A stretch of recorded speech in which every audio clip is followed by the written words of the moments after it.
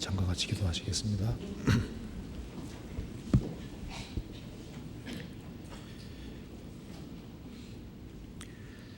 저희를 사랑하시는 하나님 아버지 감사합니다. 이번 하기 수양일을 무사히 마치게 해주시고 또 이번 수양에 또 동참하며 봉사할 수 있는 기회를 주신 것도 감사합니다. 그리고 이번 수양일을 통해서 구원받은 모든 사람들 주님께서 거룩한 손으로 붙잡아 주시고 주 안에 굳건하게 설 수 있도록 역사해 주시고 도와주시옵소서. 오늘 이 시간 주 성령께서 함께해 주시고 우리의 마음을 일깨워 주시고 우리가 마땅히 알아야 될 것을 깨달아 알 수 있도록 도와주시옵소서. 그리고 특별히 또 병중에 고통하시는 모든 분들 주님께서 은혜와 사랑으로 함께해 주시고 또 주님께서 역사해 주시기를 간절히 기도합니다. 그리고 해외 선교하는 그 모든 손길에도 함께해 주시고 도와주시옵소서. 오늘 이 말씀이 우리 마음속에 깊이 새겨질 수 있도록 역사해 주시고 도와주시옵소서. 주 예수 그리스도 이름으로 기도하옵나이다. 아멘. 우리 성경, 구약 성경 시편 112편 찾으시겠습니다.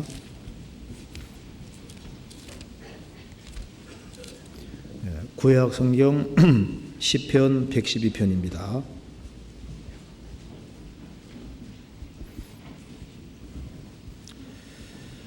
제가 읽겠습니다. 1절부터 10절까지 제가 읽겠습니다. 할렐루야. 여호와를 경외하며 그 계명을 크게 즐거워하는 자는 복이 있도다. 그 후손이 땅에서 강성하며 정직자의 후대가 복이 있으리로다. 부요와 재물이 그 집에 있으며 그 의가 영원히 있으리로다. 정직한 자에게는 흑암 중에 빛이 일어나나니 그는 어질고 자비하고 의로운 자로다. 은혜를 베풀고 꾸이는 자는 잘 되나니 그 일을 공의로 하리로다. 저가 영영이 요동치 아니하며 의인은 영원히 기념되리로다. 그는 흉한 소식을 두려워 아니하며 여호와를 의뢰하고 그 마음을 굳게 정하였도다. 그 마음이 견고하여 두려워 아니할 것이라. 그 대적에 받는 보응을 필경 보리로다. 저가 재물을 흩어 빈궁한 자에게 주었으니 그 의가 영원히 있고 그 뿔이 영화로이 들리리로다. 악인은 이를 보고 하나여 이를 갈면서 소멸하리니 악인의 소욕은 멸망하리로다. 4절을 같이 읽어보겠습니다. 정직한 자에게는 흑암 중에 빛이 일어나나니 그는 어질고 자비하고 의로운 자로다. 거기까지입니다. 수양이 끝나니까 좋죠. 이번에 많은 사람들이 구원을 받았을 겁니다. 그래서 오늘 수양회 때 구원받은 사람들이 좀 많이 있을 거라고 생각이 들어서 성경에서 핵심적으로 가르치는 것을 조금 생각해 보려고 합니다. 이 시편 112편 속에 크리스찬들이 알아야 될 핵심적인 것이 아주 요약돼서 잘 들어있다고 할 수 있습니다. 그래서 오늘 시편 112편 4절 말씀을 중심으로 해서 좀 말씀을 드려보겠습니다. 여기 정직한 자라는 말이 나와 있습니다. 여기 정직한 자는 악인과 대비해서 쓰이고 있습니다. 정직한 자는 여호와를 경외하며 그 계명을 크게 즐거워하는 자라고 표현을 해놨습니다. 그리고 의인이라고 이렇게 표현이 되어 있습니다. 정직한 자는 하나님과 바른 관계를 맺고 바르게 살아가는 사람을 말하고 있습니다. 여기 정직한 자가 어떤 사람인지가 시편 112편에 잘 기록이 되어 있는데요. 성경에 정직한 자를 이렇게 요약하고 있습니다. 하나님과 바른 관계를 맺고 하나님 중심으로 살고 이웃 중심으로 사는 사람이라고 이렇게 정리를 해놨습니다. 조금 더 살펴보겠습니다. 그래서 정직한 자는 하나님과 이웃 중심으로 생활을 살아간다는 것을 쭉 얘기를 하고 있습니다. 그런데 그 정직한 자, 하나님과 바른 관계를 맺고 이웃에게 선을 행하고 살아가는 그 사람들이 생을 살아가면서 흑암 중에 이 말 봐서 하나님과 바른 관계를 맺고 산다 할지라도, 이웃에게 선을 베푸고 산다고 할지라도 흑암 중에란 말 봐서 흑암이 온다는 것을 분명히 알 수가 있는 겁니다. 그리고 7절에도 그는 흉한 소식을 두려워 아니하며 그 흉한 소식도 온다는 것을 알 수 있습니다. 그래서 악인도 고통을 받지만은 의인도 고통을 받고 정직한 자임에도 불구하고 흑암이 올 수 있다는 것을 말하고 있습니다. 흑암은 오지만은 흑암 중에 빛이 일어난다. 거기에 하나님께서 해답을 주시고 또 피할 길도 주시고 왜 그런 일이 있었는지를 나중에 알게 도와주시는 겁니다. 흑암 중에 빛이 일어나나니, 왜 이런 일이 있냐 하면은 그는 어질고 자비하고 의로운 자로다. 이 구절은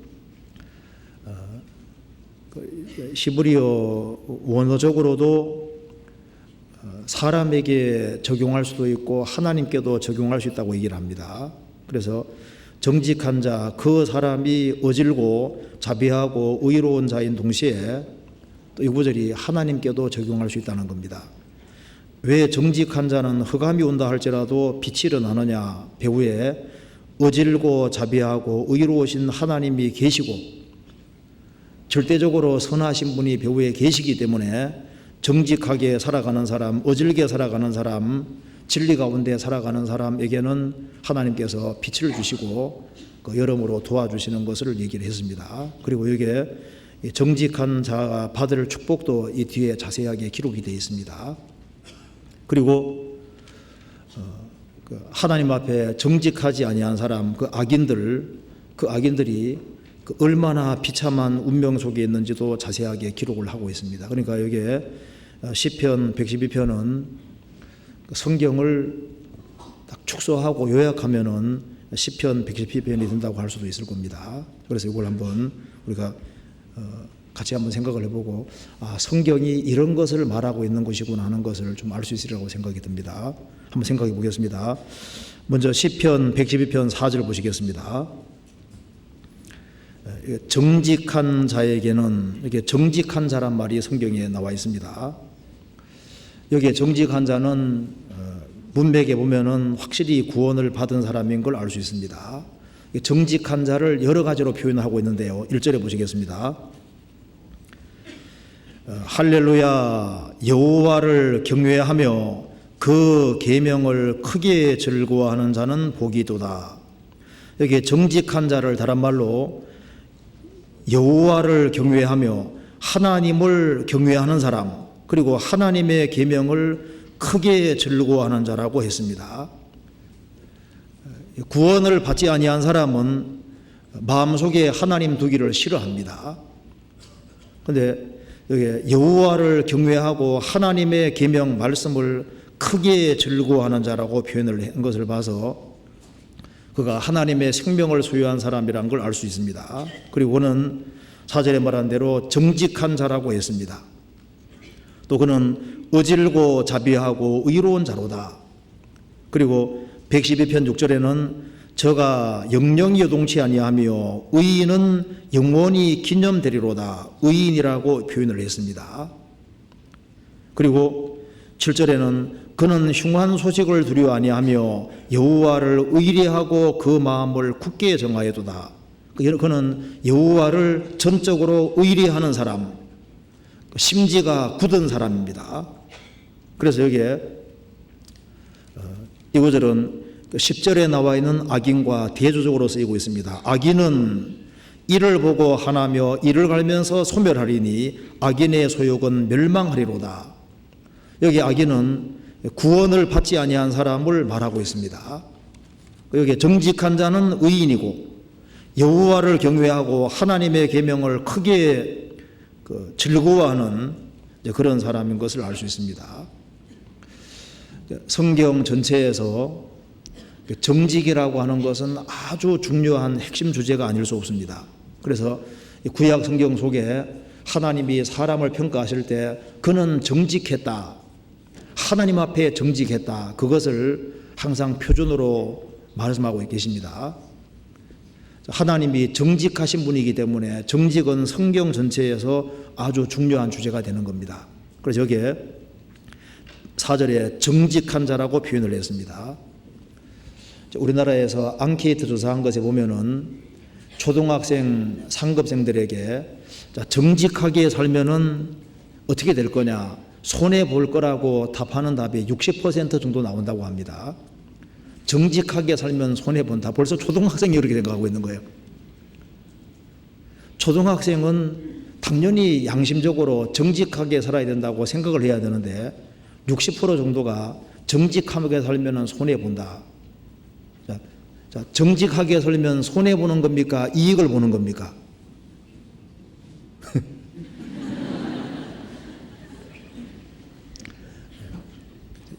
이익을 보게 되어 있습니다. 왜냐하면 배후에 정직하신 하나님이 계시기 때문에 그렇습니다. 한 소년이 점수를 받아봤거든요. 아버지가 보니까 20점이에요. 20점. 아버지가 시험지 받아놓고 보고서 말합니다. 야, 이거 점수라고 받아봤냐? 너 어떻게 생각하냐 하니까, 아버지, 제가 하나만은 확실히 말할 수 있어요. 저는 컨닝은 안 했습니다, 아버지. 나는 정직하게 시험 쳤어요. 남들처럼 컨닝은 안 했다는 겁니다. 예. 자, 점수보다 더 중요한 것은 정직한 겁니다. 자, 우리가 구원을 확실히 받았으면은 이제 구원받은 이후에 어떻게 생을 살 것이냐, 이것에 대해서 확실한 마음 태도 가지는 것이 필요합니다. 자, 성경에서 핵심으로 중요하게 생각하는 것이 정직인 겁니다. 여기 시편 15편 보시겠습니다.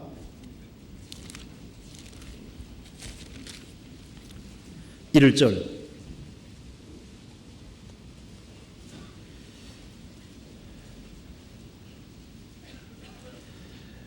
여호와여, 주의 장막에 유할 자 누구오며 주의 성산에 거할 자 누구오니이까?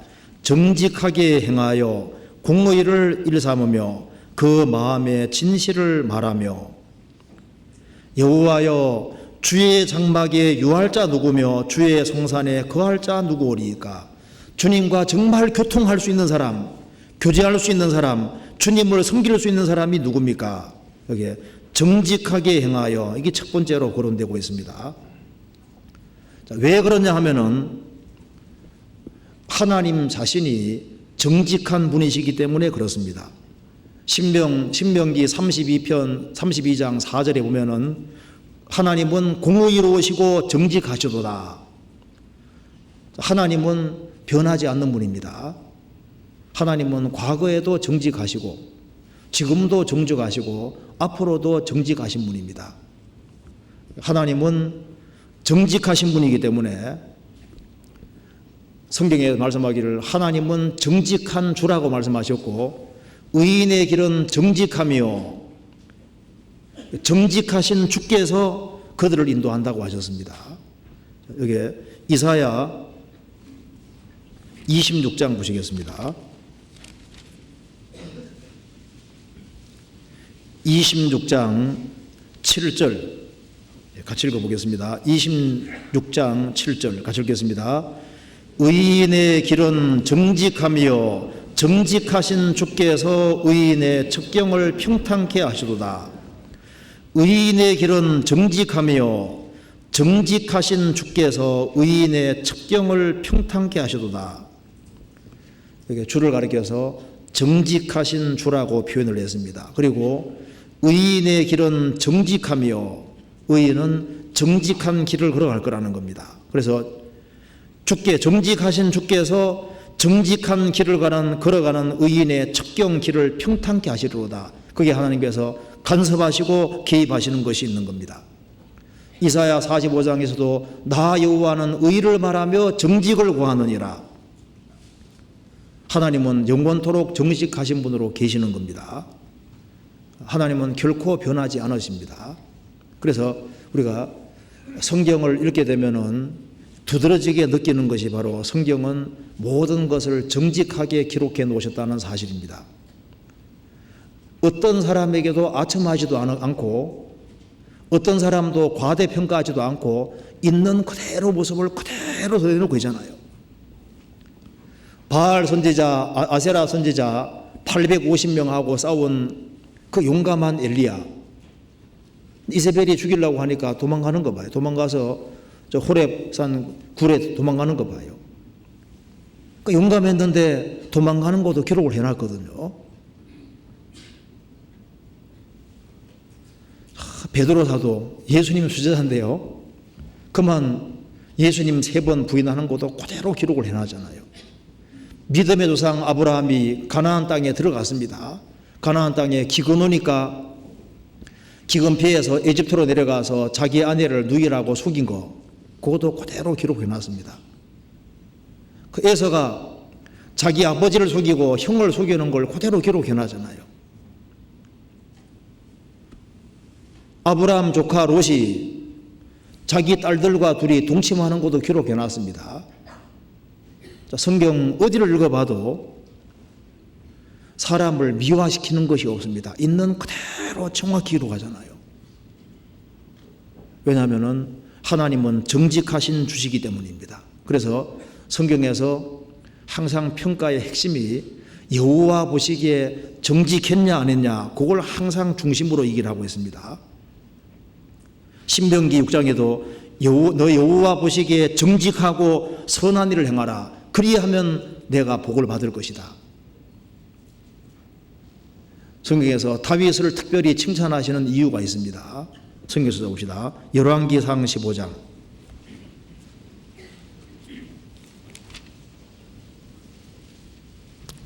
15장 5절입니다.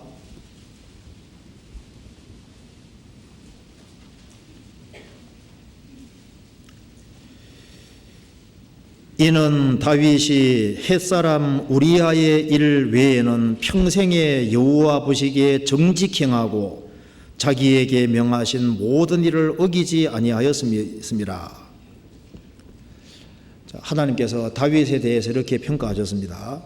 이는 다윗이 햇사람 우리아의 일 외에는 평생에 여호와 보시기에 정직히 행했다. 그리고 자기에게 명하신 모든 일을 어기지 아니하였습니다. 그리고 하나님은 정직을 기뻐하신다고 또 다윗이 그렇게 또 얘기를 했습니다. 여호와는 정직을 기뻐하신다.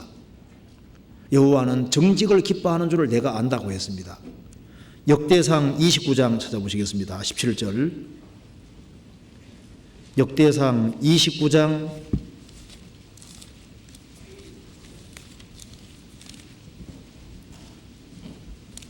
17절.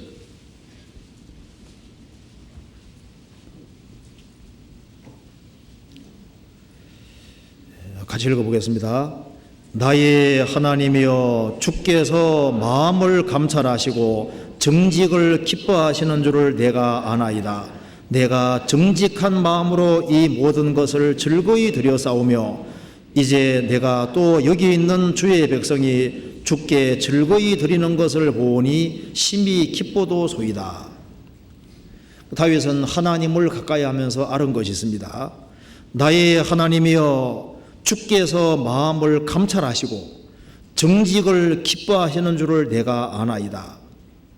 그래서 내가 정직한 마음으로 이 모든 것을 즐거이 드렸습니다. 그래서 성경을 쭉 읽어보면은 누구누구는 다윗은 나보기에 정직한 일만 행했는데 너는 그렇지 않았다.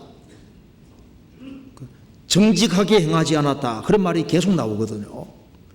다윗은 정직하였으나 누구누구는 그렇지 않았다.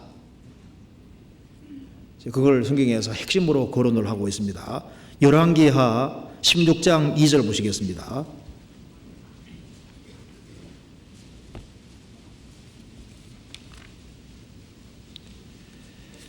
16장 2절.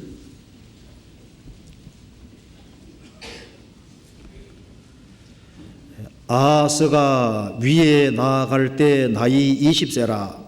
예루살렘에서 16년을 치리하였으나 그 조상 다윗과 같이 아니하여 그 하나님 여호와 보시기에 정직히 행치 아니하고, 여호와 보시기에 정직히 행치 않았다. 그래서 우리는 그 신앙생활을 하는 사람이고 주님의 피로 구원을 받은 사람들입니다. 우리는 하나님과 연결된 사람이지 않습니까? 그렇기 때문에 하나님이 정직하신 분이기 때문에 하나님과 정상적으로 교통이 이루어지기 위해서는 정직해야 되는 겁니다. 그가 넘어질 수는 있습니다. 그렇지만은 정직해야 되거든요. 주님은 정직한 사람에게 하나님과 교통이 이루어지는 겁니다. 그렇잖아요. 성경 찾아봅시다. 잠언 33장. 그래서 이 정직이 중요한 것이 되는 겁니다. 잠언 3장 보시겠습니다.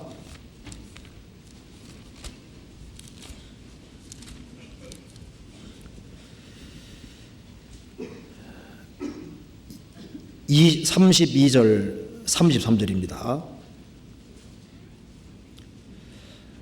대저 피역한 자는 여호와의 미워하심을 입거니와 정직한 자에게는 그의 교통하심이 있으며 악인의 집에는 여호와의 저주가 있거니와 의인의 집에는 복이 있느니라. 이렇게 정직한 자와 의인을 거의 똑같이 사용을 하고 있습니다. 패역한 자는 여호와의 미워하심을 입거니와 정직한 자에게는 그의 교통하심이 있으며, 히브리 말로 소드인데요, 비밀회의입니다. 그러니까 정직한 자에게는 하나님의 교통하심이 있다. 하나님이 가까이 해주시고 깨닫게 해주시고 그 하나님을 경험하게 도와주신다는 겁니다. 교통하심이 있으며 악인의 집에는 여호와의 저주가 있거니와 의인의 집에는 복이 있느니라. 그래서 이게 크리스찬을 다른 말로 정직한 자라고 표현을 했습니다. 우리가 정직하지 않았으면 구원 못 받습니다. 우리가 하나님 앞에서 살아계신 하나님을 인정하고 자기가 정말 지옥 갈 죄인이라는 걸 인정하고 성경 말씀 그대로 정직하게 받아들일 때 우리가 구원을 받았잖아요. 우리가 하나님 앞에서 속였으면 구원 못 받습니다. 스스로 속이지 말라. 하나님은 만홀히 여김을 받지 아니하시나니 사람이 무엇으로 심든지 그대로 거두리라. 남들 볼 때 찾는 것처럼 보이는 사람, 그 사람 복음 안 깨달아지잖아요. 어떤 사람은 항상 배우지만 깨닫지 못하는 이유가 무엇일까요? 항상 배우나 마침내 진리의 지식이 이룰 수 없느니라. 왜 못 깨닫냐 하면은 살아계신 하나님 앞에 정직하지 못하기 때문에 구원이 이루어지지를 않는 거예요. 그 사람이 정말 구원을 받았다면은 살아계신 하나님 앞에서 자기 상태를 그대로 정직하게 드러냈다는 얘기인 겁니다. 구원 받을 때도 그렇고 구원 받고 난 다음에도 마찬가지입니다. 시편 112편 보시겠습니다. 그러면 정직한 자가 살아가는 삶이 여기에 요약이 잘 되어 있습니다. 시편 112편 보시겠습니다.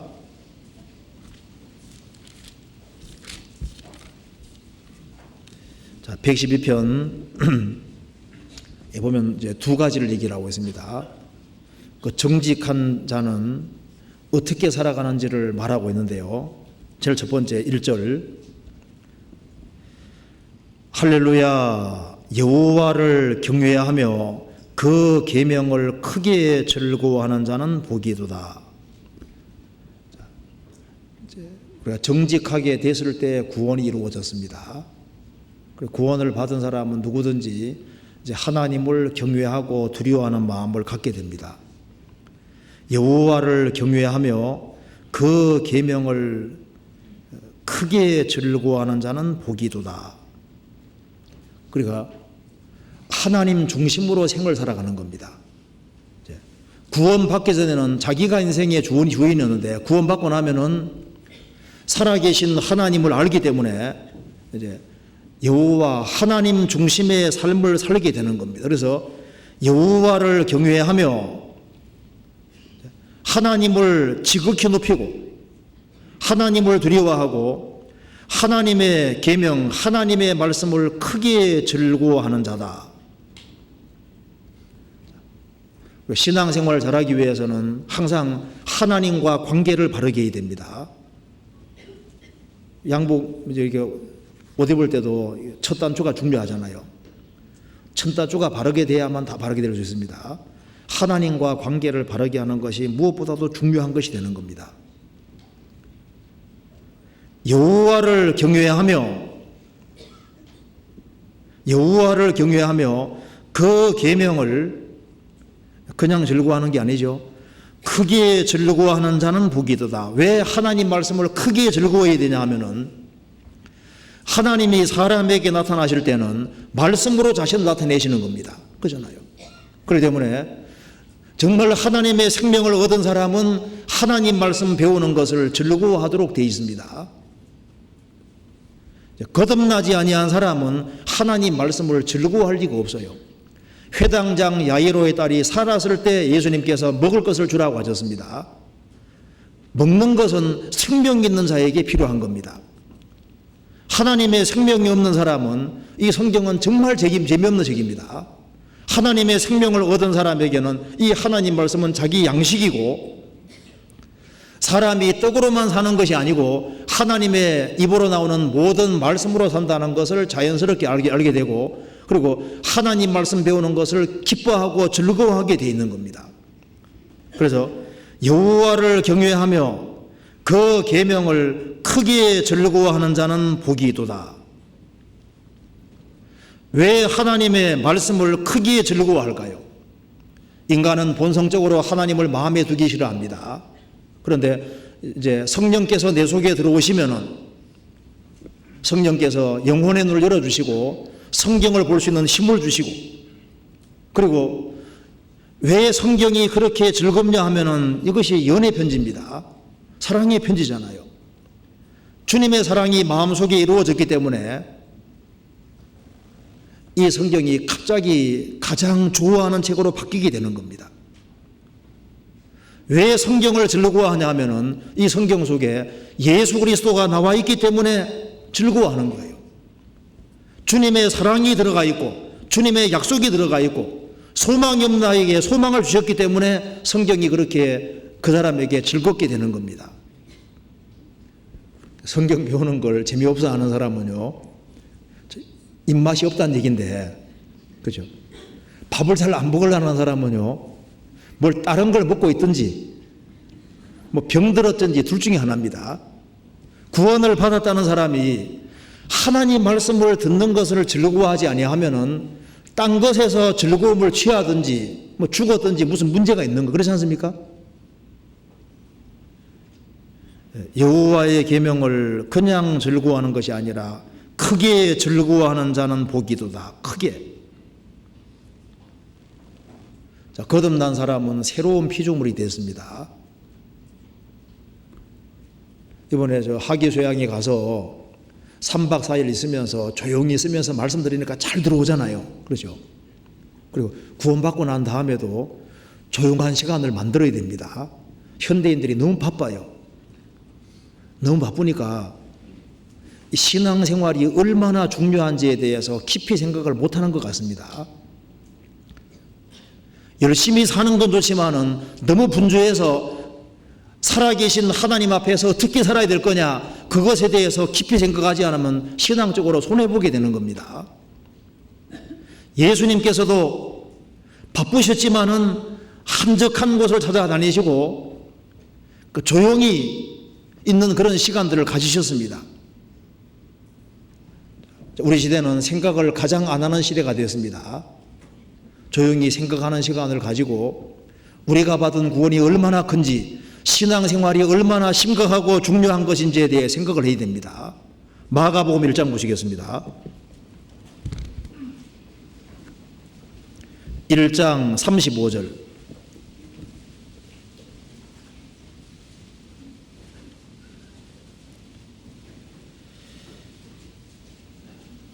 새벽 오히려 미명에 예수께서 일어나 나가 한적한 곳으로 가사 거기에서 기도하시더니, 성경에 한적한 곳이란 말이 계속 나옵니다. 한적한 곳을 찾아가지도 한적한 곳. 현대인들은 너무 분주합니다. 그렇기 때문에 자기를 성찰하고 자기를 반성할 시간이 없어요. 창세기 25장에 에서와 야곱 얘기가 나옵니다. 에서는 익숙한 들사람이 되었습니다. 사냥꾼입니다. 에서는 그런데 야곱은 종용한 사람이라고 나오잖아요. 그 에서가 장자입니다. 근데 그는 너무 바빴어요. 너무 분주했습니다. 아버지가 이삭이니까 이삭은 하나님의 사람이고 그래서 자녀들에게 하나님 말씀을 자세히 얘기 안 했을 리가 없습니다. 아버지가 하나님 말씀을 이야기할 때 에서는 익숙한 사냥꾼이니까 아버지 말씀 들으면서도 뭐 생각할까요? 오늘 토끼 몇 마리 잡아야지, 사슴 잡아야지. 그러니까 아버지가 말씀하는데 토끼가 뛰어다닙니다. 머리 눈앞에. 아버지 말씀을 건너며 듣는 거예요. 야곱은 종용한 사람입니다. 아버지 말씀을 듣고 그것을 자꾸 생각을 하는 거예요. 아, 아브라함의 하나님, 이삭의 하나님이 대단하신 분이구나. 내가 간발의 차이로 차자가 됐는데 내가 조금만 일찍 먼저 태어났으면 내가 하나님의 영원한 축복을 받는 것인데 그 생각을 하니까 날이 가면 갈수록 장자 명분이 점점 커지게 되는 거예요. 에서는 익숙한 사냥꾼이니까 들판으로 뛰어다니다 보니까 장자 명분은 점점 작아졌습니다. 이 세상은 점점 커졌습니다. 나중에는 이 장자 명분이 팥죽 한 그릇만큼도 안 되는 거예요. 그래서 결국은 장자의 명분을 팥죽 한 그릇에 팔아먹는 그 망년된 일을 하는 거 봐요. 왜 그랬을까요? 너무 분주하고 세상 것에 바빴기 때문에 하나님이 어떤 분에 대해서는 깜빡이고 있는 거예요. 하나님의 축복에 대해서는 잊고 있는 겁니다. 우리가 지금까지 마귀에게 속고 살았습니다. 속아 산 우리가 주님의 보배로운 피를 통해서 구원을 받았습니다. 이제는 더 이상 속아서는 안 되는 겁니다. 성경에서 이같이 큰 구원이라고 했습니다. 주님이 죽는 희생을 치르고 우리가 구원을 받은 겁니다. 이제 구원받고 난 이후에 다른 것은 몰라도 신앙생활에서는 손해보지 않아야 됩니다. 그러잖아요. 어떻게 하면 신앙생활 바르게 할 수 있을까? 그에 대해서 아주 신중하게 생각을 할 필요가 있습니다. 그러잖아요. 신앙생활은 심각하고 중요한 겁니다. 그리고 하나님의 계명을 크게 즐거워하는 사람은 하나님이 말씀하시는 지침을 따르려고 하게 돼 있는 거예요.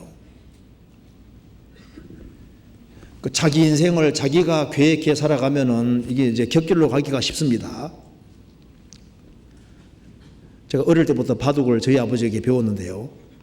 저도 이제 바둑을 앵간히 뜨게 되니까 그 어른들이 바둑 들 때 보면 뒤에서 보면 잘 보여요.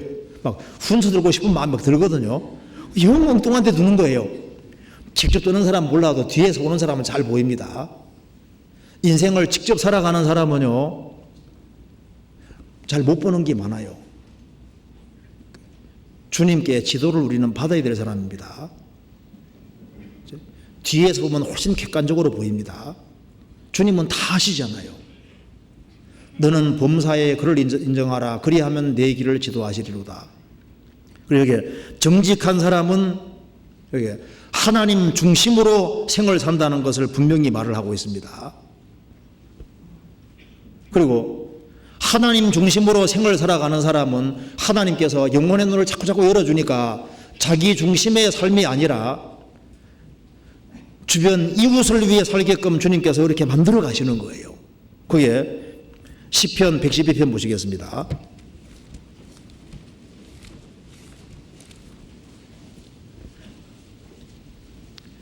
자, 5절입니다.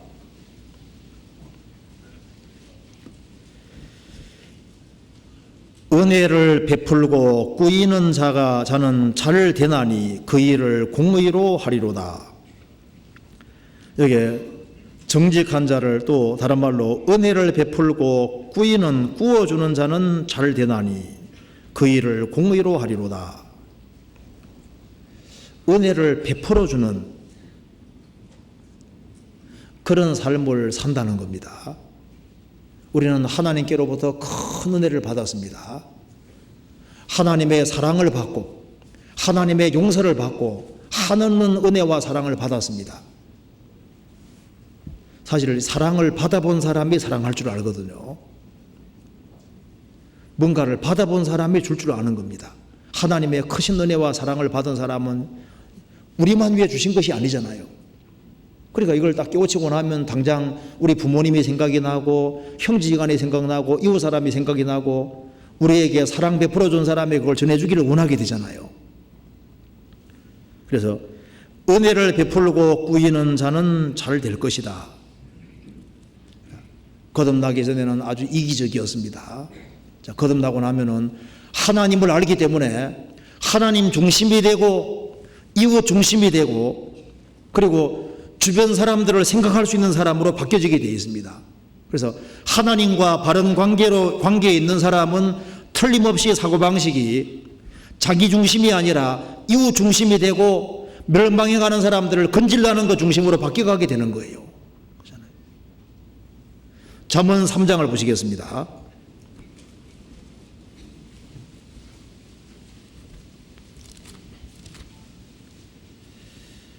3장 27절.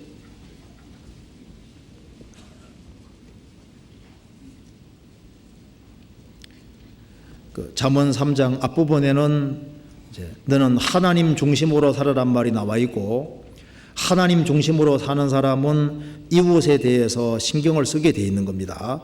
27절. 내 손이 선을 베풀 힘이 있거든 마땅히 받을 자에게 베풀기를 아끼지 말며, 내게 있거든 이웃에게 이르기를 갔다가 다시 오라 내일 주겠노라 하지 말며. 내 손이 선 베풀 힘이 있거든 나의 도움을 구하는 사람에게 베풀기를 아끼지 말아라. 있거든 이웃에게 이르기를 갔다가 다시 오라 내일 주겠노라고 미루지 마라. 세상에는 되돌릴 수 없는 것이 몇 가지 있다고 하잖아요. 활 시위를 떠난 화살 되돌릴 수 없잖아요. 내뱉은 말도 되돌릴 수 없고, 또 한 가지는 잃어버린 기회도 되돌릴 수 없다. 우리에게 선행할 수 있는 기회가 계속 주어지고 있습니다. 그 기회를 놓치지 말고 적극적으로 선을 베풀라고 성경에 말하고 있습니다. 그 톨스토이가 쓴 글에 보면 이거 나오잖아요. 이게 세 가지 이렇게 세 가지 의문을 얘기를 하면서 세 가지를 질문합니다. 인생에서 가장 중요한 시간은 언제인가? 두 번째, 가장 중요한 사람은 누구인가? 가장 중요한 일은 무엇인가? 이렇게 물어놓고 스스로 답을 합니다. 이 세상에서 가장 중요한 시간은 현재이고, 가장 중요한 사람은 내가 대하고 있는 사람이고, 가장 중요한 일은 내 곁에 있는 사람에게 선을 행하는 일이다. 그래서 그때그때마다 할 수 있는 것을 날마다 적극적으로 행하는 것이 인생이 할 일이라고 표현을 했는데 정확히 표현했다고 할 수 있습니다. 하나님 중심인 사람은 틀림없이 이웃 중심으로 삶이 바뀌게 되는 겁니다. 여기 시편 112편 다시 보시겠습니다. 9절. 같이 읽어보겠습니다. 저가 재물을 흩어 빈궁한 자에게 주었으니 그 의가 영원히 있고 그 뿔이 영화로이 들리리로다. 저가 재물을 흩어 빈궁한 자에게 주었으니 그 의가 영원히 있다. 세상 사람들은 돈을 모으는 재미로 삽니다. 그런데 이제 구원받고 나면은 영혼은 지극히 큰 것이 되고 재물은 지극히 작은 것이 됩니다. 그래서 물질을 희생해서라도 영혼을 건지고 세우기를 원하게 되는 겁니다. 저가 재물을 흩어 빈궁한 자에게 주었으니, 왜 그렇게 하냐면 하나님을 알기 때문에 또 영원한 것을 바라기 때문에 그렇게 하는 겁니다. 이 구절이 성경에 인용이 되어 있습니다. 성경 찾아보시겠습니다. 고린도후서 9장에 인용되어 있죠. 찾아보시겠습니다.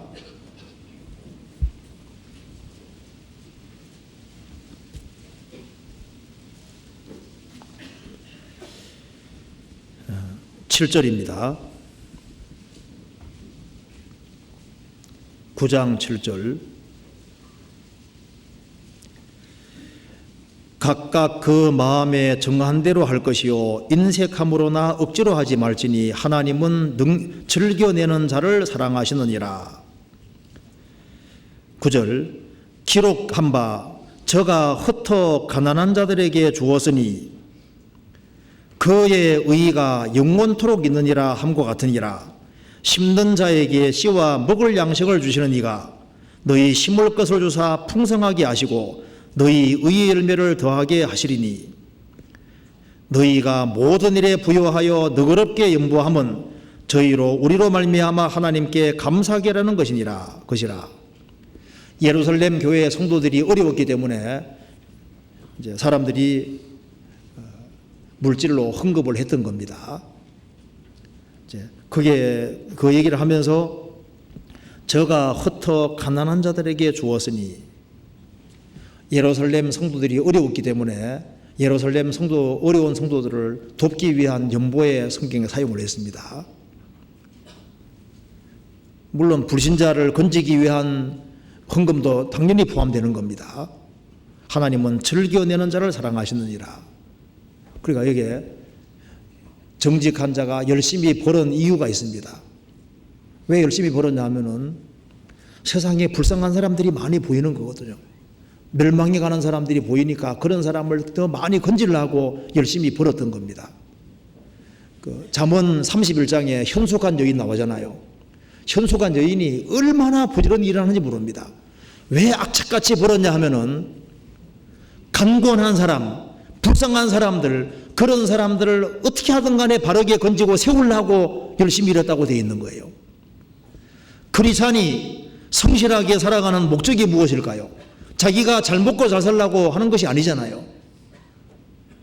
우리가 열심히 버는 이유는 더 많은 영혼들을 건지고 세우기 위한 목적으로 열심히 버는 겁니다. 거듭나고 나면 할 일이 많이 있잖아요.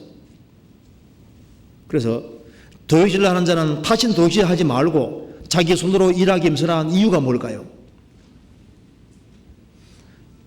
열심히 일해서 열심히 벌고 그렇게 하는 속에서 모범을 보이고 그래서 자신도 단정히 행하고 또 다른 사람을 건질 수 있기 때문입니다. 그렇잖아요. 그러니까 여기에 시편 112편 속에 정직한 자는 하나님 중심이고 이웃 중심인 것을 분명히 우리가 볼 수 있는 겁니다. 그렇잖아요.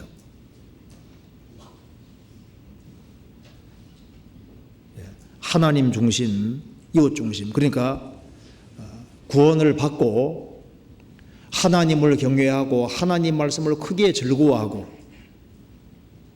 그리고 하나님 말씀을 즐거워하고 살아가는 사람은 하나님 말씀이 말씀하는 내용이 뭘까요? 결국은 하나님을 참으로 사랑하고 이웃을 내 몸같이 사랑하라는 말로 요약이 되잖아요. 그래서 우리가 성경을 배우면 배울수록 성경의 정신은 영혼이 얼마나 소중한지를 일깨워주는 겁니다. 그렇잖아요. 신약 성경 14권을 기록한 바울 사도는 내가 아무쪼록 몇몇 사람을 구원코자 한다. 그런 영혼이 얼마나 소중한지를 알고 있는 사람인 겁니다. 자, 그래서 정직한 자는 하나님 중심, 이웃 중심으로 살아가는 겁니다. 우리 생각할 때, 야, 저 사람은 정말 하나님을 경외하는구나. 그리고 하나님 말씀을 크게 즐거워하고 하나님 말씀을 주야라고 묵상하고 하나님 말씀을 배우는 걸 좋아하고 또 성실하게 살아서 그 재물을 사용해서 다른 영혼을 건지고 세우고 베풀어주고 그런 삶을 살아가니까 만사형통하고 잘 돼가겠구나. 물론 주님이 잘 돼가게 해주시는데 그런데 흑암은 오는 겁니다. 자, 시편 112편 다시 보시겠습니다.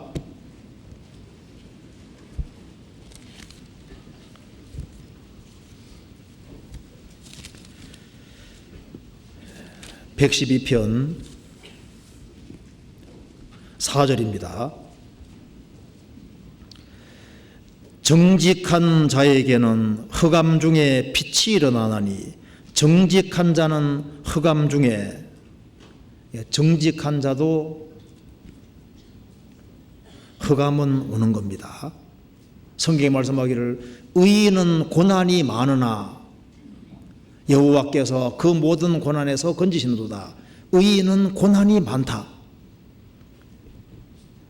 정직한 자에게는 흑암 중에, 정직한 자도 흑암 중에 떨어질 수 있습니다. 성경 전도서 11장 8절에도 사람이 여러 해를 살면 항상 즐거워할지로다. 그러나 캄캄한 날이 많으리니 그 날을 생각할지로다. 캄캄한 날이 많을 것이다. 많다고 했습니다. 아브라함은 가나안 땅에 들어갔지만은 기근이 왔잖아요. 기근이 아주 심했습니다. 그는 아브라함은 저 멀리 갈대아 우르에서 1000km 넘는 그곳에서 하란 거쳐서 가나안 땅 들어온 용감한 사람인 겁니다. 그는 용감하게 가나안 땅 들어왔는데 기근이 얼마나 심했으면은요 애굽으로 내려갈까요? 흑암은 옵니다. 다윗이 하나님을 잘 섬기는 사람이고 성경에서 말씀하기를 다윗은 일평생 정직했다 그랬습니다. 그 정직한 다윗에게 얼마나 많은 환난과 고난이 있었습니까? 그가 너무나도 많은 눈물 골짜기를 헤매고 다녔습니다. 그는 많은 흑암에 떨어졌습니다. 그러잖아요. 내가 크리스찬으로서 하나님 붙잡고 정직하게 바르게 살아간다. 그러면은 아무 일이 없느냐? 아니라는 겁니다. 성경에서 흑암은 온다고 성경에 말하고 있습니다. 크리스찬도 흑암을 당합니다. 큰 고난도 당합니다. 그렇지만은 흑암 중에 빛이 일어난다고 성경이 말을 하고 있습니다. 흑암은 주어지지만은 왜 흑암이 주어졌는지 그 이유를 나중에 주님이 깨닫게 도와주시고 흑암 중에 캄캄한 곳에도 빛이 있고 또 주님이 빠져나올 수 있도록 도와주시는 거예요. 흑암은 옵니다. 욥은 정말 정직한 사람이었잖아요. 그는 악을 떠난 사람이라고 했습니다. 그런데 엄청난 재앙이 그에게 왔던 겁니다. 욥기 1장 보시겠습니다. 그걸 가리켜서 그는 흑암이라고 표현을 했습니다. 욥기 1장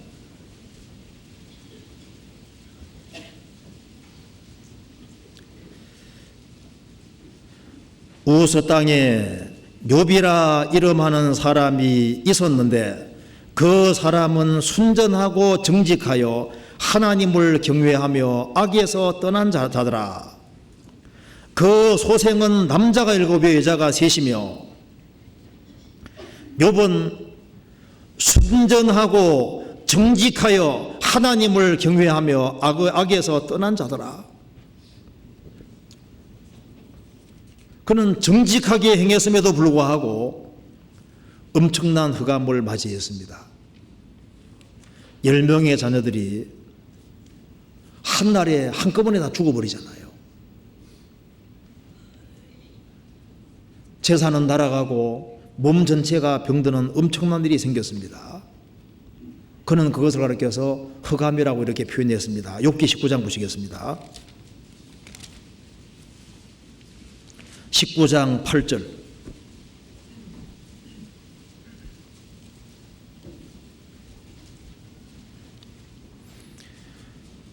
그가 내 길을 막아 지나지 못하게 하시고 내 첩경에 흑암을 두셨으며 그가 내 길을 막아 지나지 못하게 하시고 내 첩경에 흑암을 두셨다. 그런 인생이 아주 캄캄한 겁니다. 어쩌면 이런 일이 있을 수 있을까? 그 경건하고 정직한 욥에게 10명의 자녀가 한꺼번에 죽었습니다. 몸 전체가 병이 들었습니다. 하나님이 자신을 흑암에 두셨다. 욥은 앞이 캄캄하게 된 겁니다. 탈출구가 없어 보이잖아요. 아무리 부러져도 하나님 응답도 없습니다. 욥기 30장 보시겠습니다.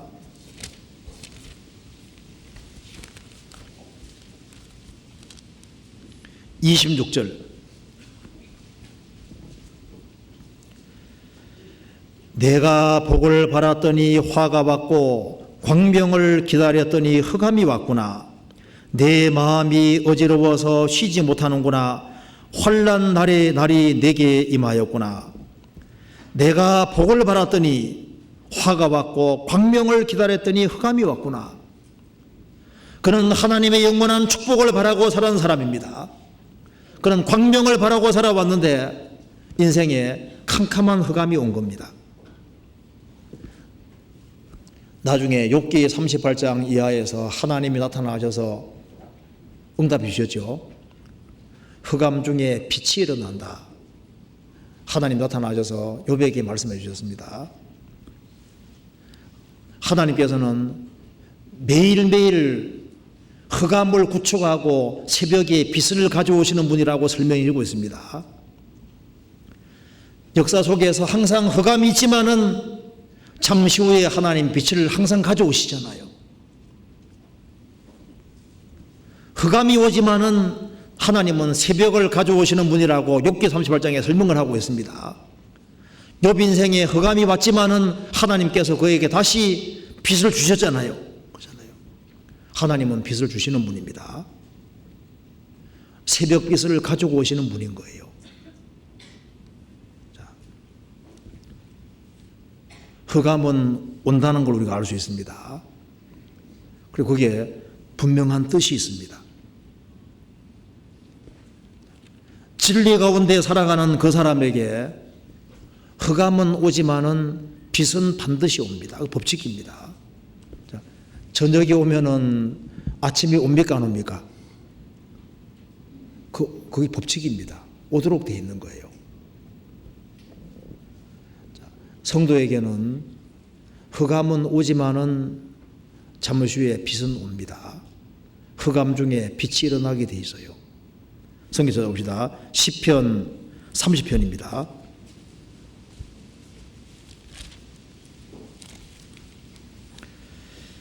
네, 30편 5절.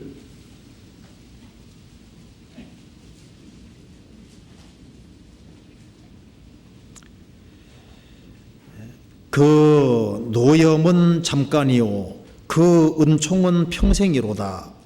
저녁에는 울음이 기숙할지라도 아침에는 기쁨이 오리로다. 하나님의 노염은 잠깐이고 은총은 평생이라고 하셨습니다. 저녁에는 울음이 기숙할지라도 아침에는 기쁨이 오리로다. 저녁이 오면 아침이 오는 것처럼 인생에 울음이 기숙한다 할지라도 기쁨은 저녁이 오면은 아침이 되는 것처럼 기쁨은 반드시 오게 되어 있다는 겁니다. 그리스도는 흑암 중에 앉을지라도 하나님이 빛이 되시도록 되어 있습니다. 그건 하나님이 프로그램 해놓으신 것이고 그건 법칙에 속하는 거예요. 성경 미가서 7장 찾아보시겠습니다. 미가서 7장 7절입니다.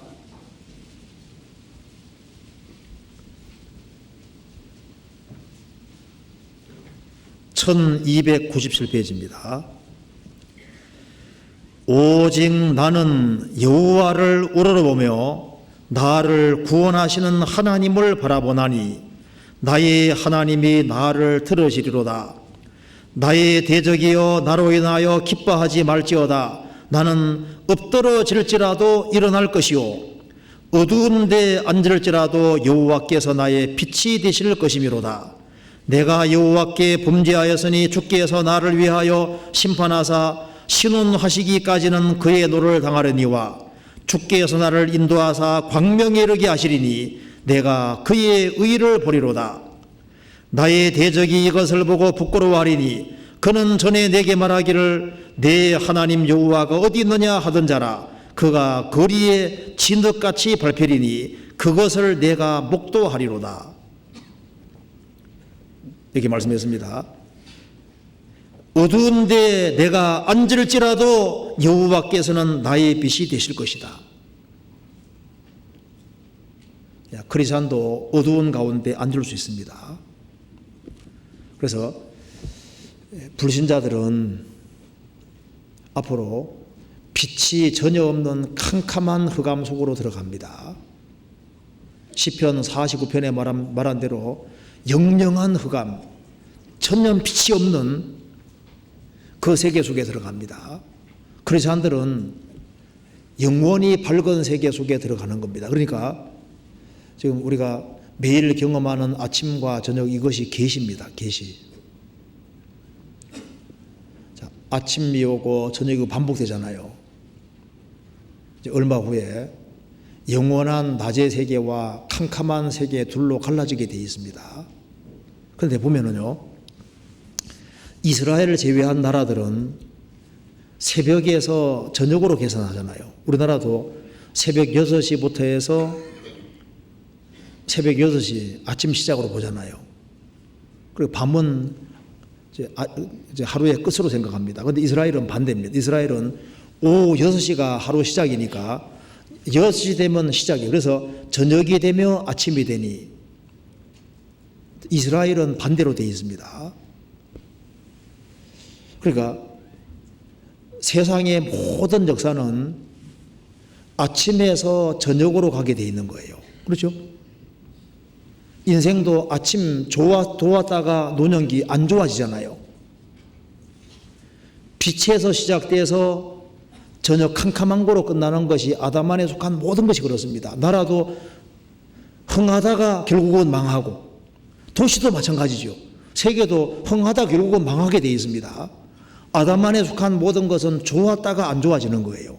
그런데 이스라엘은 반대입니다. 이스라엘은 저녁이 되며 아침이 되니, 저녁에서 캄캄함에서 빛으로 가잖아요. 예수님 안에 속하는 모든 것은 안 좋았다가 결국은 좋아지게 되어 있는 거예요. 그래서 저녁에서 아침으로 가는 것이 그리스도 아닙니다. 그래서 결국은 의인의 길은 점점 빛나서 운만한 광명에 이르고 영원한 빛의 세계로 들어가는 것이고, 불신자들은 잠깐 밝았다가 나중에 영원히 캄캄한 세계 속에 들어가는 겁니다. 정반대인 거예요. 그잖아요. 그 성경에서는 지옥은 캄캄하고 어두운 곳, 천국은 영원한 빛의 세계라고 성경에 표현을 하고 있습니다. 그런데 성경 시편 112편에서 그럼 왜 꼭 이렇게 되느냐 이유를 밝히고 있습니다. 성경 찾아봅시다. 시편 112편 다시 보시겠습니다.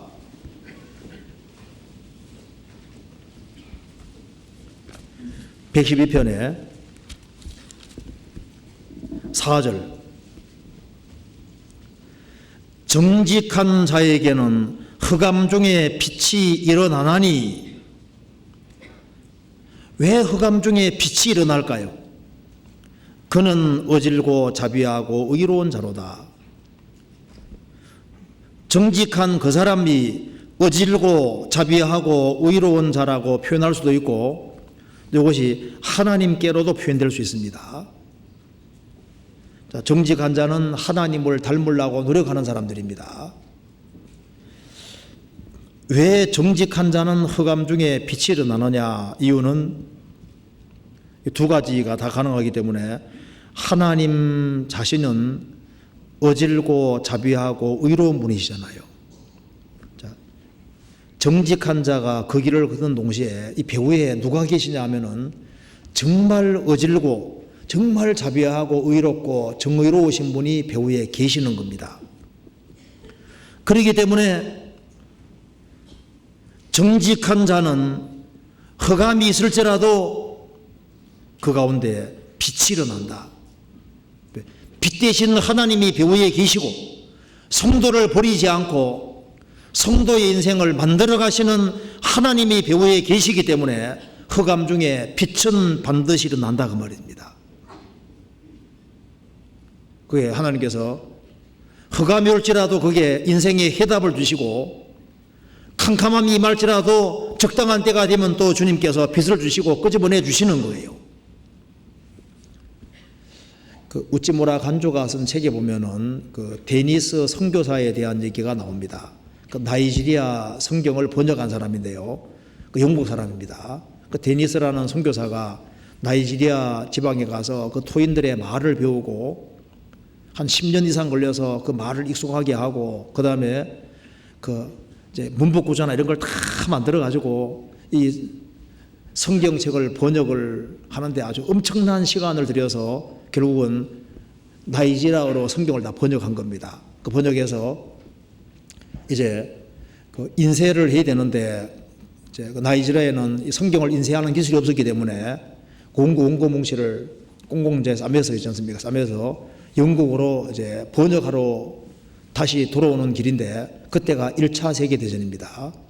그래서 이 독일이 무제함 잠수작전 벌여서 영국 근해로 오는 것은 다 그냥 침몰시켰는데 데니스 선교사가 성경 번역한 뭉치를 가지고 이제 오는데 그 배가 격침당해서 죽게 되는 겁니다. 그런데 그로부터 3년이 지났는데요.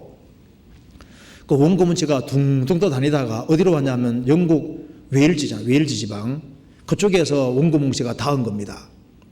그래서 이제 그걸 가지고서 열어보니까 원고 뭉치인데 이게 뭔지 몰라서 영국 성공회에 갖다 주니까 보니까 이게 나이지리아 성경인 거예요.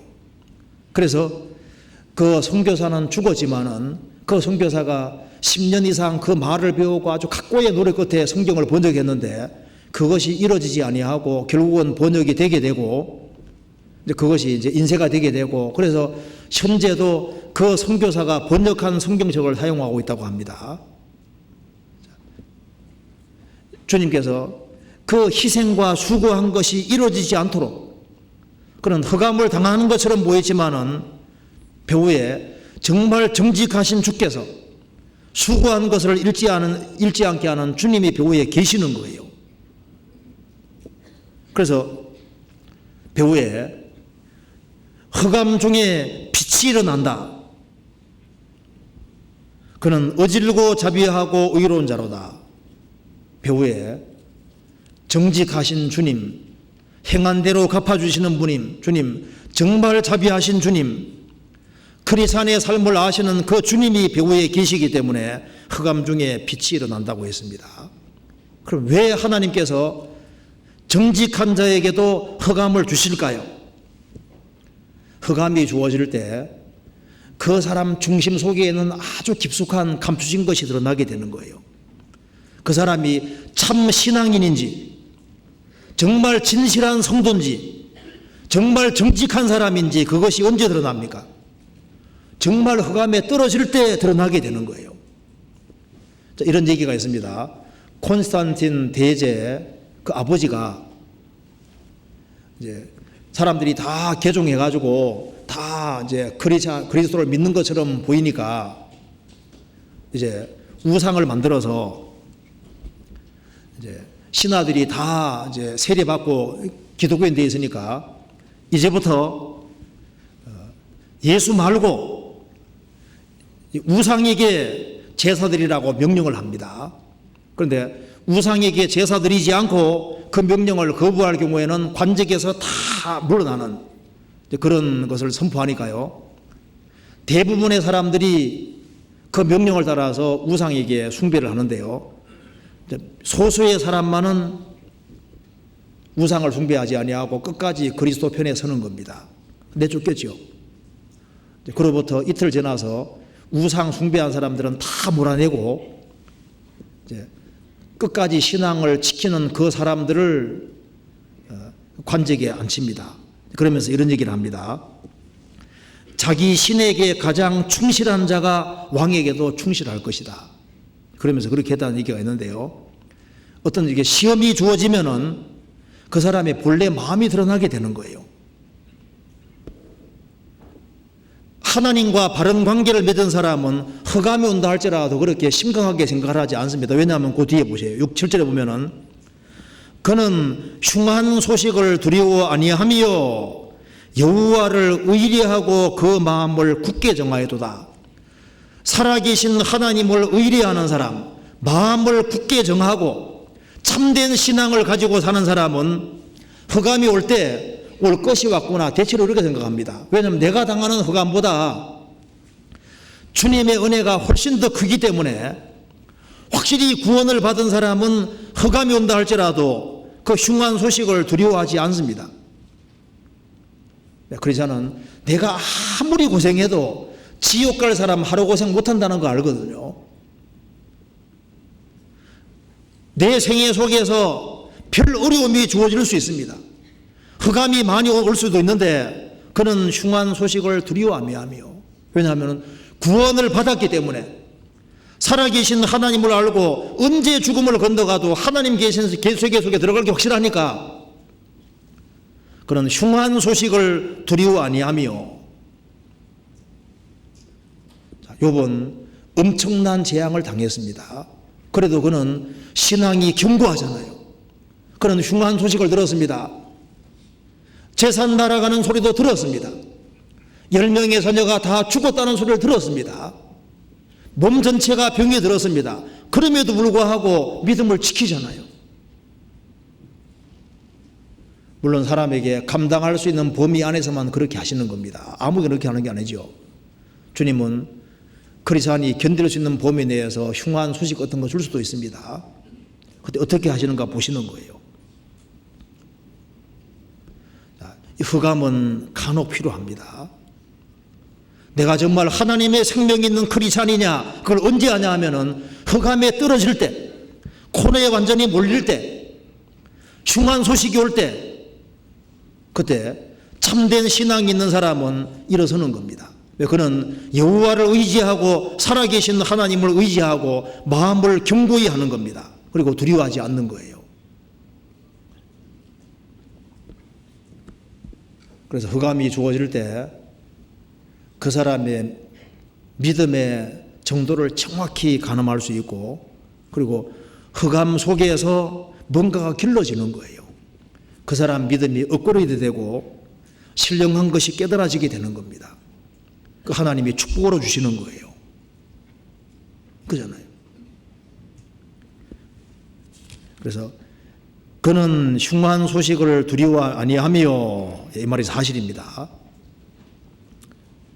여호와를 의뢰하고 그 마음을 굳게 정하여두다. 제가 글에 보니까 이런 게 나오더라고요. 평생에 나 환자를 고치기 위해서 평생 바쳤던 그 폴 브랜드라는 사람이 은퇴할 때 그 사람에게 물었답니다. 나 환자에게 주고 싶은 것이 도대체 뭡니까? 라고 물으니까, 예, 그것은 고통입니다. 나 환자들은 고통을 못 느끼잖아요. 한세시병. 그래서 자기가 가장 하고 싶은 것은 그 환자들에게 고통을 느끼게 해주십다. 고통을 못 느끼는 게 그게 저주더라 그 말입니다. 고통이 꼭 나쁜 것이 아닙니다. 우리가 구원받을 때도 대체로 고통이 많이 주어졌기 때문에 구원받은 사람 많잖아요. 고통이 꼭 나쁜 것이 아닙니다. 그리고 주님께서 흑암을 주시면은 그게 훨씬 더 많은 빛을 보게 만들어 주시는 거예요. 시편 97편 보시겠습니다. 그 앞에 97편 봅시다. 97편 11절.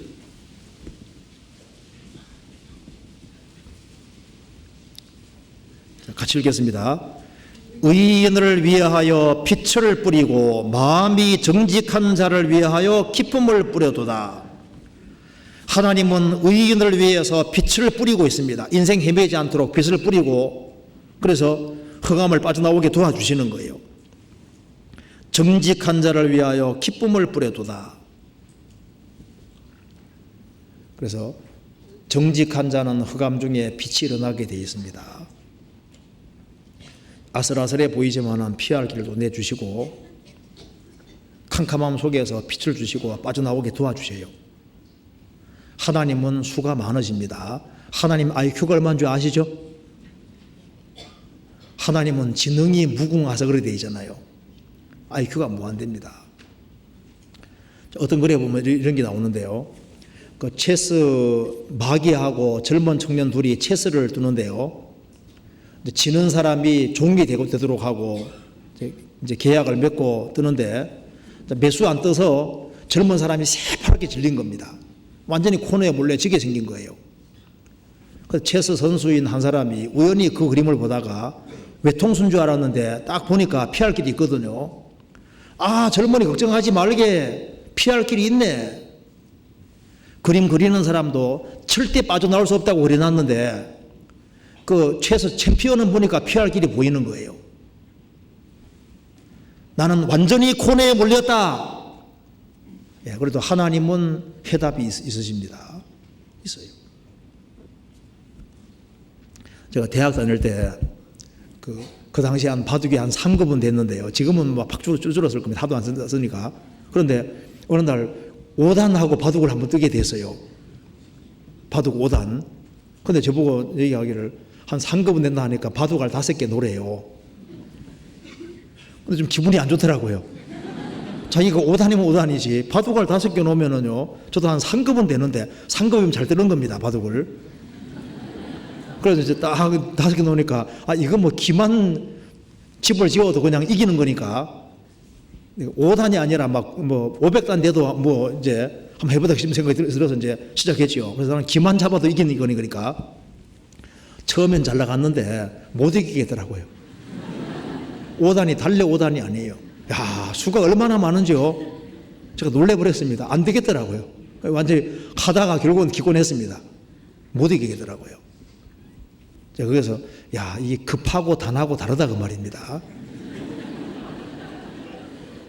하나님은 단수가 무한단입니다. 단이 없거든요. 아무리 코너에 몰려고 해도 하나님은 다 길이 있고 수가 있어요. 그렇잖아요. 그래서 흑암 중에 빛이 일어나나니, 배후에 정말 정직하신 분, 정말 전등하신 분이 배후에 계시기 때문에 흑암 중에 빛은 일어나게 되어 있습니다. 그리고 시간 지나면 왜 그런 일이 있었는지 주님이 깨닫게 도와주시는 거예요. 욥도 왜 그런 일인지 몰랐잖아요. 나중에 보니까 욥기가 기록되고 있었습니다. 몰랐잖아요. 우리 개인 생활 속에서도 여러 가지 일들이 벌어질 수 있습니다. 당장은 모르잖아요. 그런데 하나님은 해답 가지고 계시고 시간만 조금 지나가면 왜 그런 일이 있었는지를 깨닫게 도와주시고, 그리고 하나님은 선하셨고 하나님은 분명히 뜻과 계획이 있다는 걸 우리가 알 수가 있는 거예요. 그리고 여기에 또 의인의 궁극이 나와 있습니다. 자, 의인이 정직하게 살아가는 사람이 받을 축복이 뭔지를 보여주고 있습니다. 시편 112편 보시겠습니다.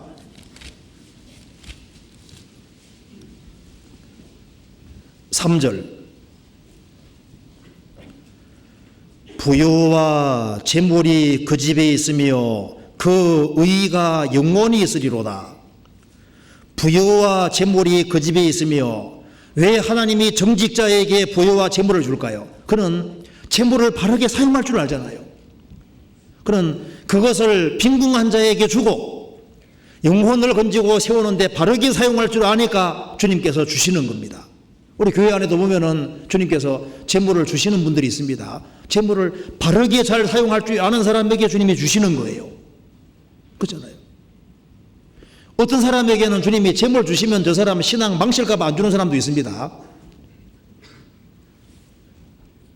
돈을 주면은 잘못하면은 신앙 망칠 수도 있는 사람은 주님께서 적당하게밖에 안 주십니다. 우리가 잘 되기 바라시거든요.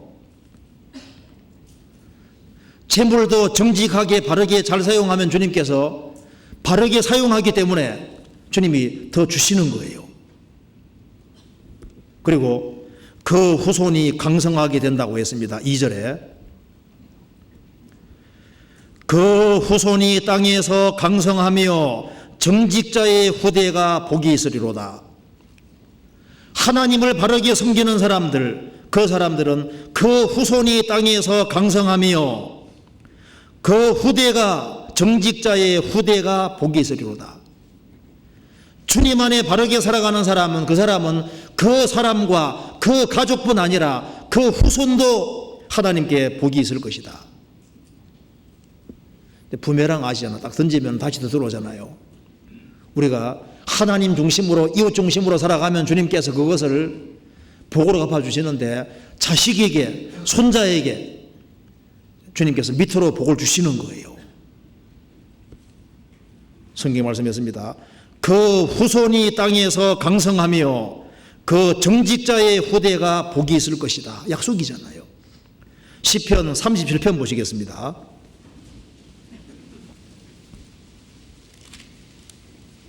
(37편) 25절. 내가 어려서부터 늙기까지 의인이 버림을 당하거나 그 자손이 걸식함을 보지 못하였도다. 그 다음 읽겠습니다. 저는 종일토록 은혜를 베풀고 꾸어주니 그 자손이 복을 받는도다. 진리 가운데 바르게 행하는 사람은 그 자손이 복을 받는도다. 그래서 자기 자식이 잘 되기 바라고 그 후대가 잘 되기를 정말 바라는 사람은 하나님 안에서 바르게 살아야 되는 겁니다. 틀림없이 하나님이 축복해 주시는 거예요. 시편 128편 보시겠습니다. 1절.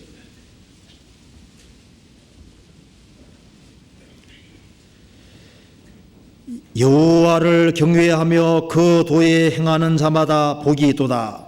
내가 내 손이 수고한 대로 먹을 것이라. 내가 복되고 형통하리로다. 내 집 내 실에 있는 내 아내는 결실한 포도나무 같으며 내 상에 둘린 자식은 어린 감람나무 같으리로다. 여호와를 경외하는 자는 이같이 복을 얻으리로다. 여호와를 경외하며 그 도에 행하는 사람, 그 사람은 세상에서도 자기 손이 수고한 대로 먹을 것이다. 그리고 내 집 내 실에 있는 내 아내는 결실한 포도나무 같으며, 포도나무는 기쁨을 준다는 겁니다. 너의 집에 있는 아내는 혹은 남편은 내게 기쁨을 줄 것이고 내 상에 둘린 자식은 어린 감람나무 같을 것이다. 감람나무는 사사기 5장에 하나님과 사람을 영화롭게 하는 감람나무라 했습니다. 그러니까 내 어린 자식들은, 둘린 자식은 어린 감람나무 같으리로다. 하나님을 영화롭게 하고 사람을 영화롭게 하는, 하나님과 사람 앞에 아주 귀하게 쓰임받는 사람이 될 것이다. 여호와를 경외하는 자는 이같이 복을 얻을 것이다. 그 하나님 약속이잖아요. 그리고 여기 시편 112편 다시 보시겠습니다. 또 복이 이렇게 약속되어 있습니다. 5절. 은혜를 베풀고 꾸이는 자는 잘 되나니 그 일을 공의로 하리로다. 그는 잘 될 것이다. 은혜를 베풀고 꾸이는 자는 잘 되나니. 6절. 저가 영영 요동치 아니하며 의인은 영원히 기념될 것이다.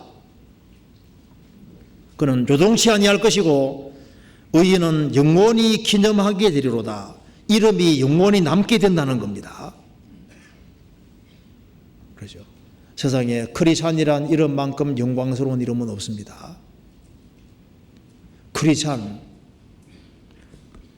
주 안에서 좋은 이름을 얻는, 이게 얼마나 귀한 겁니까? 의인은 영원히 기념될 것이다. 하나님이 그 사람을 기억해 주십니다. 자, 그리스도를 아는 사람, 그 사람은 그리스도 때문에 이름이 유명해지는 거예요. 자, 세상에서 유명한 사람이 누굴까요? 하나님 안에 있는 사람, 정말 하나님의 생명을 얻은 사람, 하나님 붙잡고 살아가는 사람, 그 사람 이름이 유명한 사람들이잖아요. 제가 D.L. 무디 글을 한번 읽어드리겠습니다. 사람이 인정을 받으려면 죽은 지 1000년이 지나야 합니다. 노아 시대의 사람들에게 위인의 이름을 말해보라 하면 그는 아마 에녹이라고 할 것입니다. 노아는 아무것도 아니었을 것입니다. 아브라함 시대에 누가 제일 위인이냐고 물으면 사람들은 아브라함이라고 말하지 않고 노아라고 하였을 것입니다. 모세 시대에는 아브라함이 위인의 소리를 들었을 것이며 세례 요한 시대에는 엘리야였을 것입니다. 예수님 당시에 베드로에 대하여 예루살렘 성에서 어느 누구도 그가 가치 있는 자라고 생각하였던 사람은 없습니다. 그는 이름난 사람이 아니었습니다. 그러나 그는 주 예수님을 알고 있었습니다. 그리고 베드로는 만약 모세와 엘리야를 그저 예루살렘에 내려보낼 수만 있다면, 그리고 법령을 호령할 수만 있다면, 또 엘리야가 가서 사람들에게 모든 예언이 그리스도 안에서 어떻게 이루어졌는지를 말할 수 있다면 얼마나 온 성을 뒤흔들어 놓을 것인가 생각하였을 것입니다. 그러나 이런 중대한 일을 하게 된 것은 모세나 엘리야가 아니고 바로 베드로였습니다. 자, 베드로는 당대 유명한 사람이 아닌데 지금 봤을 때는 정말 유명한 사람이잖아요. 자, 크리스찬들은 지금 초라하게 살고 있습니다. 그런데 크리스찬이 정말 유명한 사람인 거예요. 그렇잖아요. 그리고 그 뒤에 넘겨봅시다. 9절에 저가 재물을 흩어 빈궁한 자에게 주었으니 그 의가 영원히 있고 그 뿔이 영화로이 들리리로다. 그 의가 영원히 있을 것이다. 크리스찬이 진리 가운데 행한 모든 것은 영원히 있을 것이고 영원히 남고 영원히 기념됩니다. 그리고 그 뿔이 영화로이 들리리로다. 뿔이 영화롭게 들린다는 것은 그는 영광스럽게 되고 힘있게 되고 높아진다는 겁니다. 그래서 정직자는 이 세상에서도 하나님께서 축복해 주시는 걸 경험하게 될 것이다. 그 자손과 후손이 어떻게 되는지 보라는 겁니다. 그리고 진리 가운데 행하는 사람은 하나님께로부터 죽음 건너가서도 그 의가 영원히 있을 것이다. 그리고 그 뿔이 영광스럽게 들릴 것이다. 그는 하나님 앞에서도 영광을 얻게 될 것을 말하고 있습니다. 그런데 악인에 대해서 이렇게 말했습니다. 10절에 같이 읽어보겠습니다. 악인은 이를 보고 한하여 이를 갈면서 소멸하리니 악인의 소욕은 멸망하리로다. 여기 악인의 한탄이 나와 있습니다. 악인은 의인이 영광스럽게 된 것을 보고 한탄하면서 이를 갈면서 소멸할 것이다. 악인의 소욕은 멸망하리로다. 에서가 장자 명분을 빼앗기고 장자 축복을 빼앗겼잖아요. 그리고 아주 방성대고겠다고 나와 있죠. 재물을 잃는 것은 조금 잃는 겁니다. 명예 잃는 것은 많이 잃는 것이고 건강 잃으면 모든 걸 잃는다 그러잖아요.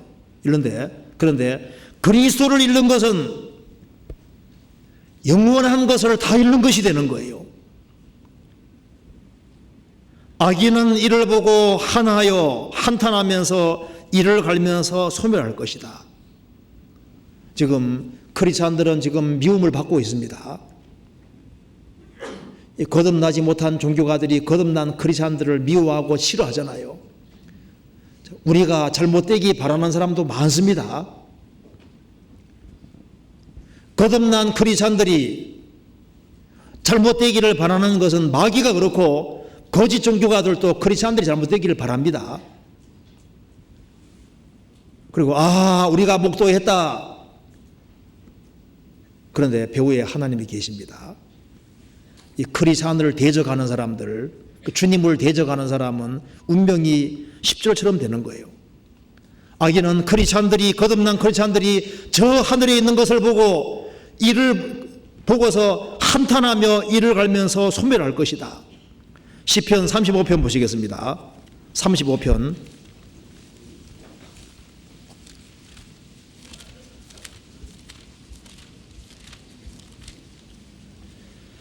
21절 또 저희가 나를 향하여 입을 크게 벌리고 하하 우리가 목도하였다 하나이다. 저희가 나를 향하여 입을 크게 벌리고 하하 우리가 목도했다. 여기에 크리스찬들이 잘못되기를 바라는 사람도 있습니다. 근데 하하 웃고 있지만은 이제 잠시 후에 주님이 오시는 그날 하하 웃는 대신에 정말 슬피 오며 이를 갈게 되잖아요. 거지 나사로는 주님 품에 가 있고 천국 가 있고 낙원 가 있고 여기에 부자는 음부에서 고통했잖아요. 나사로 쳐다봤을 때 얼마나 원통했을까요? 나사로는 거지였고 천지상에 떨어지는 곳으로 배불리했습니다. 가장 비참한 사람이 가장 높이 되고 가장 떵떵거리던 부자가 음부에서 아주 고통했잖아요. 이런 원통한 일이. 근데 그런 일이 있습니다. 성경이 말씀하기를 악인은 이를 보고 한탄하며 이를 갈면서 소멸할 것이다. 악인의 소욕은 멸망하리로다. 의인의 뿔이 높이 들릴 때 악인은 인생 잘못 살은 것을 그때 깨닫게 되는 겁니다. 아, 우리가 인생 설계를 완전히 잘못했구나. 인생이 두 쪽으로 갈라지게 됩니다. 말라기 3장 보시겠습니다.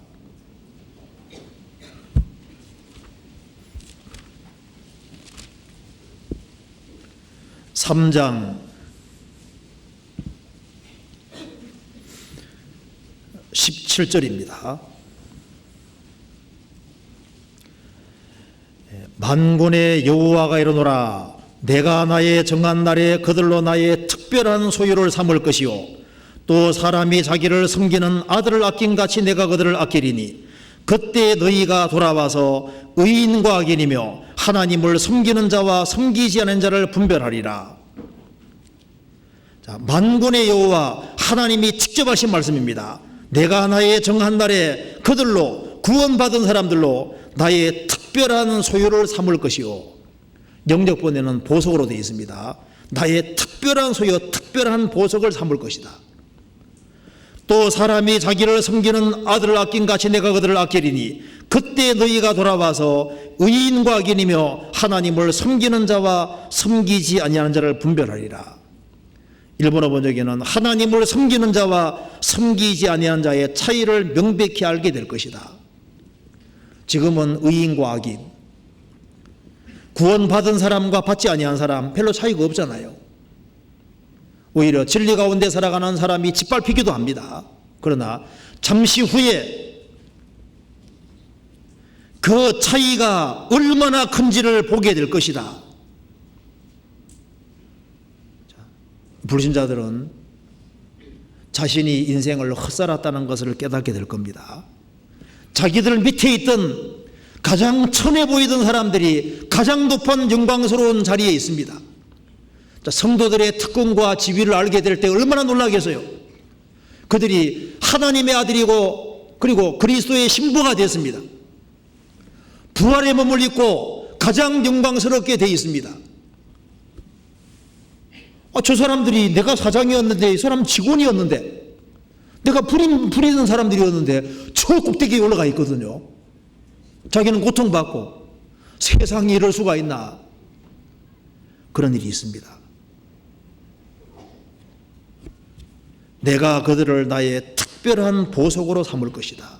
우리 한 군데만 더 보시겠습니다. 스가랴 9장입니다.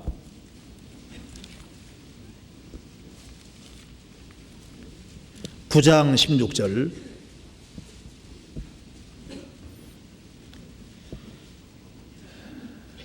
같이 읽겠습니다. 이날에 그들의 하나님 여호와께서 그들을 자기 백성의 양떼같이 구원하시리니 그들이 면류관의 보석같이 여호와의 땅에서 빛나리로다. 그리스도인을 가리켜서 면류관의 보석 같다고 했습니다. 면류관의 보석같이 여호와의 땅에서 빛나리로다. 보석은 희귀하잖아요. 많지 않습니다. 거듭난 그리스도는 생각보다 많지 않습니다. 보석은 특별히 단단하고 내구성이 있잖아요. 다이아몬드는 아주 단단합니다. 그리스도인들은 흑암이 오고 흉한 소식이 오고 박해를 받을수록 더 단단하고 그 믿음을 깰 수가 없는 거예요. 그리스도는 생각보다 견고합니다. 보석은 정말 유용하잖아요. 세상에서 가장 유용한 존재가 그리스도인들입니다. 그리고 이 보석은 다듬을수록 빛이 나잖아요. 보석에는 빛이 있습니다. 그리스도인들은 빛이잖아요. 그리고 보석은 세계에 도처에 있습니다. 우리만 거듭난 사람이 아니고 거듭난 사람이 여기저기 껴 있어요. 주님이 거듭난 사람만 다 데려가실 겁니다. 도적이 오면은 걸레 가져갑니까? 보석 가져갑니까? 예, 보석. 거듭난 그리스도는 다 데려가는 거예요. 여기 성경에 말씀하기를 분명히 악인이 후회한다고 했습니다.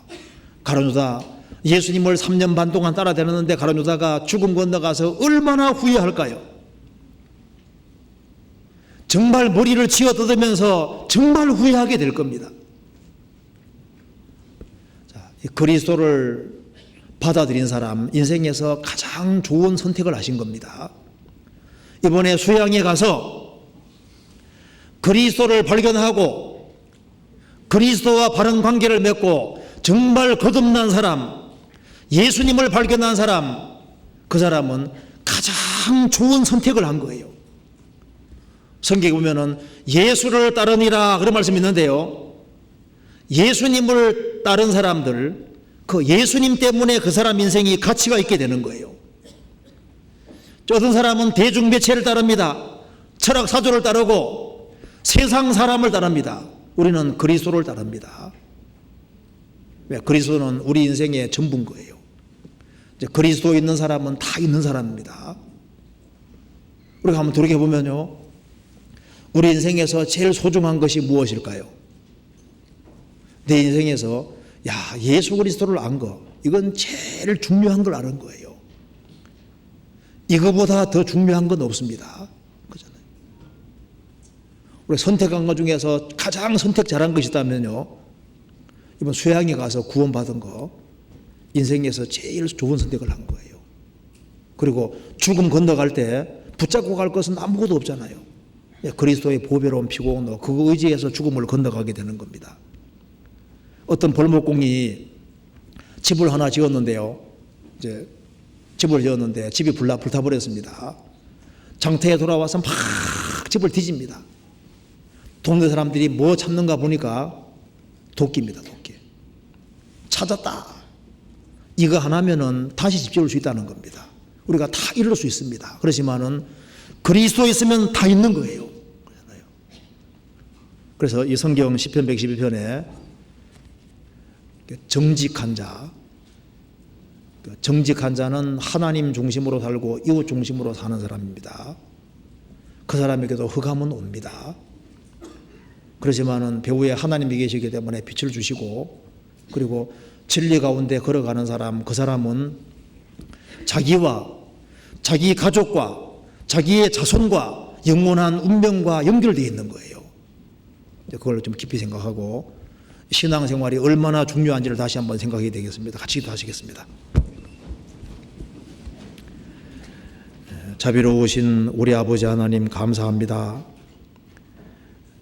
저희들이 주님의 한없는 은혜와 사랑으로 구원을 받게 되었습니다. 이 크신 은혜와 사랑을 저희들이 무엇으로 보답할 수 있겠습니까? 주님께서 우리 개개인의 삶 속에 간섭해 주시고 저희들을 주님 영광을 위해 살 수 있도록 더욱 도와주시고, 주님 영광을 위해서 어떻게 행할 것을 알 수 있도록 도와주옵소서. 교회가 계획한 모든 일 가운데 주님이 앞서 행해 주시고 주의 역사와 능력을 나타내 주옵소서. 그리고 우리 모두 주 안에서 귀하게 쓰임받을 수 있도록 역사해 주옵소서. 또 전국적으로 다음 주부터 또 있는 집회에도 함께해 주시고 도와주시옵소서.